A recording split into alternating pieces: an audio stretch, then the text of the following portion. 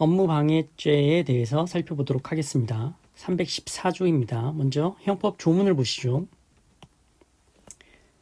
자, 314조 업무방해. 313조의 방법, 313조로 봐야겠네요. 313조 신용훼손죄. 허위의 사실을 유포하거나 기타 위계로서 사람의 신용을 훼손한 자는 5년 이하의 징역 등에 처한다. 그러면 314조 업무방해 1항 313조의 방법, 그러니까 허위 사실을 유포하거나 기타 위계로서 또는 위력으로서 사람의 업무를 방해한 자는 5년 이하의 징역 등에 처한다. 제2항 보시죠. 컴퓨터 등 정보 처리 장치 또는 전자기록 등 특수매체 기록을 손괴하거나 정보 처리 장치에 허위의 정보 또는 부정한 명령을 입력하거나 기타 방법으로 정보 처리에 장애를 발생하게 하여 사람의 업무를 방해한 자도 제1항의 형과 같다. 315조 경매 입찰의 방해죄라는 것도 있고요. 교재로 넘어오시죠. 자, 한번 정리를 해보죠. 업무방해죄는 위헌범입니다. 추상적 위헌범이에요. 추상적 위헌범이다. 그래서 미수처벌하지 않습니다. 업무방해 위험죄다. 제가 이렇게 쓴 것은 위험 이렇게 쓴 것은 여러분들이 암기하시기 쉽게 같이 표시를 한 것이니까 그렇게 이해를 하시고요. 업무방해 위험죄 제1항 314조 1항이었죠. 그리고 제2항은 컴퓨터 업무 공무 방해 위험죄입니다. 제2항. 여기에는 공무라는 표시가 없죠. 2항에 공무라는 표시가 있습니다. 이 업무방해죄는 공무를 포함하지 않습니다. 공무방해죄가 별도로 있지요. 그래서 여기 업무는 공무가 포함되지 않는다. 하지만 컴퓨터 공무방해죄라는 건 없습니다. 여기 314조 2항의 컴퓨터 업무방해죄에는 이 업무에 공무가 포함된다. 따라서 제가 컴퓨터 업무 공무 방해, 이것도 추상적 위헌범이니까 위험죄라고 표시를 했습니다. 자, 이렇게 보시고 제1항 업무방해죄 보시도록 하겠습니다. 허위사실 유포, 기타 위계 또는 위력으로서 타인의 업무를 방해할 위험을 초래하면 업무방해죄가 됩니다. 위헌범이라고 했으니까 위험만 초래해도 업무방해죄의 기수가 되는 거예요. 여기서 타인은 자연인, 법인, 법익경 없는 단체를 포함하지만 영조물은 포함되지 않습니다. 대학교 같은 경우. 그럼 여기서 업무란 무엇이냐? 사계사죠, 사계사. 사람이 사회생활상 지위에 기하여 반복적, 계속적으로 의사로 행하는 사무다. 반드시 경제적일 필요는 없습니다. 이 보호의 대상인 이 업무에 해당되는가를 파악을 하기 위해서는 두 단계를 거쳐야 됩니다. 1단계. 평계사인가. 평온한 상태에서 일정 기간 계속하여 운영됨으로써 사회적 생활의 기반을 이루는가. 평온한 상태에서 일정 기간 계속하여 운영됨으로써 사회적 생활의 기반을 이루는가. 만약에 그렇다면 2단계 갑니다. 형법상 보호 가치가 있는 것이어야 됩니다. 즉 타인의 위법한 침해로부터 보호할 가치만 있으면 충분합니다. 따라서 업무의 기초인 계약이라든지 예를 들면 임대차 계약이라든지 행정행위 등이 반드시 적법할 필요는 없습니다. 단 경미한 위법이 있다면 경미한 위법에 그쳐야겠죠. 경미한 위법만 있을 뿐이다. 그러면 보호 업무에 해당된다. 이를 방해했다면 업무방해죄가 성립한다라는 것입니다. 반대로 경미한 위법이 아니라 사회생활상 도저히 용인될 수 없다. 이미 안 된다라는 거죠. 보호 가치가 없다라는 거예요. 반사회성을 띠는 것은 제외된다. 예를 들면 사무장 병원 같은 것, 그건 업무 방해죄에서 업무가 아니라는 거예요. 이 병원 운영은. 그래서 보호 업무가 아니다. 아무리 방해해도 업무 방해죄가 성립하지 않는다라는 얘기입니다. 업무 방해죄의 보호 대상이 업무에 해당되느냐? 업무란 사계사인데 1단계 평계사이냐? 만약 그렇다면 형법상 보호가 가치가 있느냐? 보호 가치가 있는 것이라는 것은 경미한 위법까지 다 포함된다. 하지만 사회생활상 도저히 용인될 수 없을 정도로 반사회성을 띈다면 보호하지 않는다. 이렇게 정리를 하시고, 공무가 포함되는가? 안 된다고 했죠. 업무방해죄와 공무집행방해죄는 보호법익과 대상이 상이하며 업무방해죄 행위 유형에는 위력이 포함되어 있습니다. 그에 비해 공무집행방해죄 행위 유형은 위력 없습니다. 보다 제한되어 있다.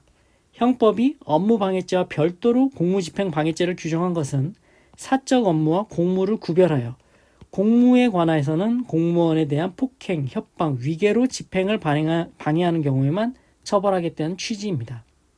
따라서 위력에 의한 공무집행방해 행위는 업무방해죄로 처벌되지 않는다. 자, 업무방해죄는 구성요건적 행위로 위력을 포함하고 있습니다. 업무방해죄가 되죠. 근데 공무집행방해죄는 구성요건적 행위가 폭행, 협박, 그리고 위계입니다. 위계 없어요. 위계가 없어요. 위력이 없습니다. 위력이 없습니다. 따라서 위력으로 공무를 방해했다. 공무집행을 방해했다. 그러면 공무집행 방해죄가 된다? 안 되죠? 공무집행 방해죄는 폭행, 협박, 위계를 구성요건적 행위로 규정하고 있습니다. 위력 없어요. 위력으로서 공무집행을 방해했다. 공무집행 방해죄 안 됩니다. 그럼 이거를 공무집행 방해죄가 안 되니 그러면 업무방해죄로 처벌하자 이런 얘기가 나온 거예요. 그래서 이 판례가 나온 겁니다. 하지만 판례는 업무방해죄도 안 된다라는 거죠. 왜냐하면 이 업무에는 공무가 포함되지 않으니까 그 얘기입니다. 위력에 의한 공무집행 방해 행위, 공무집행 방해죄도 안 되고 업무방해죄로도 안 된다 이 얘기입니다.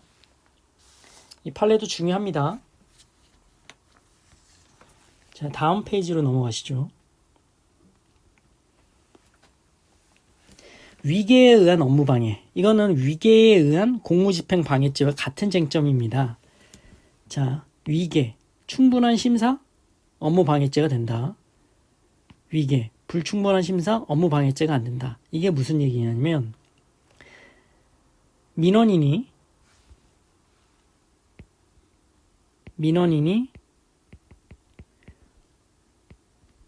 허위의 서류를 제출을 했습니다. 허위의 서류를 제출했는데 공무원이 행정관청이겠죠?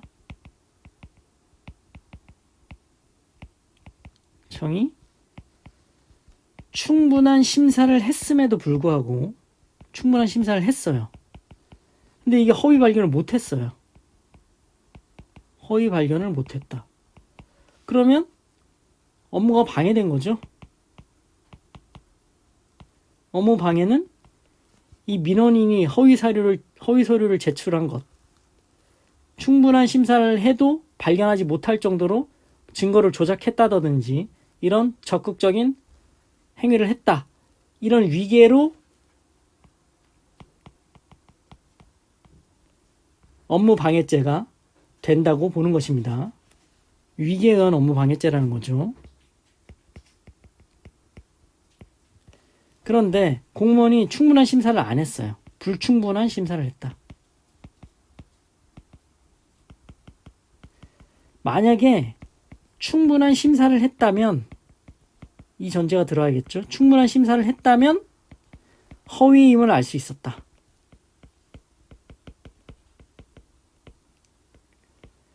그런데 충분한 심사를 하지 않고 불충분한 심사에 그쳤다. 그래서 허위임을 알지 못하고 뭐 증명원을 내줬다든지 허가를 해줬다 그러면 업무가 방해된 거잖아 어쨌든.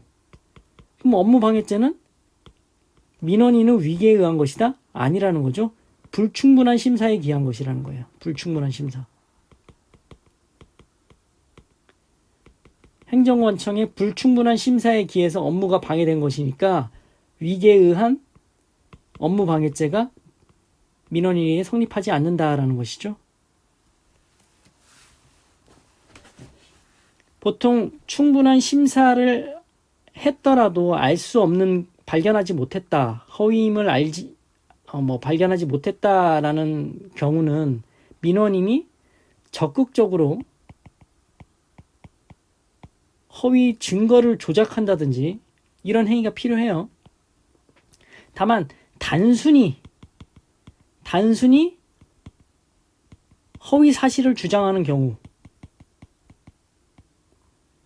이 정도는 행정관청이 심사해서 알아내야겠죠. 단순히 허위 사실을 주장한 경우에 그대로 뭐 증명원을 내줬다 그러면 이거는 불충분한 심사에, 충분한 심사를 했다면 허위임을 알 수 있었을 것이다. 불충분한 심사에 기인한 것이니까 이 민원인의 이런 위계로 인해서 업무 집행 방해가 된 것이 아니다. 업무 방해가 된 것이 아니다. 라는 것이 이제 판례의 태도입니다. 이것은 위계에 의한 업무 방해죄라든지 위계에 의한 공무집행 방해죄, 이것도 똑같은 쟁점입니다. 이렇게 정리를 하시고 제2항 보시죠. 컴퓨터, 업무, 공무 포함된다고 말씀드렸습니다. 여기서는 방해, 추상적 위험죄, 컴퓨터, 업무, 공무, 방해 위험죄 2항입니다. 업무 방해죄와 달리 공무를 포함한다. 컴퓨터 공무 방해죄는 없으므로. 자, 조문을 보시죠. 컴퓨터 등 정보 처리 장치 또는 전자기록 등 특수매체 기록을 소유관계 불문합니다. 자신의 것이라 하여도 타인 업무에 사용되면 족합니다. 손괴하거나, 손괴죄가 성립할까요? 손괴죄는 흡수됩니다. 정보 처리 장치에 허위의 정보 또는 부정한 명령을 입력하거나 기타의 방법으로 정보 처리에 장애를 발생하게 하여, 장애는 현실적으로 발생하여야 합니다.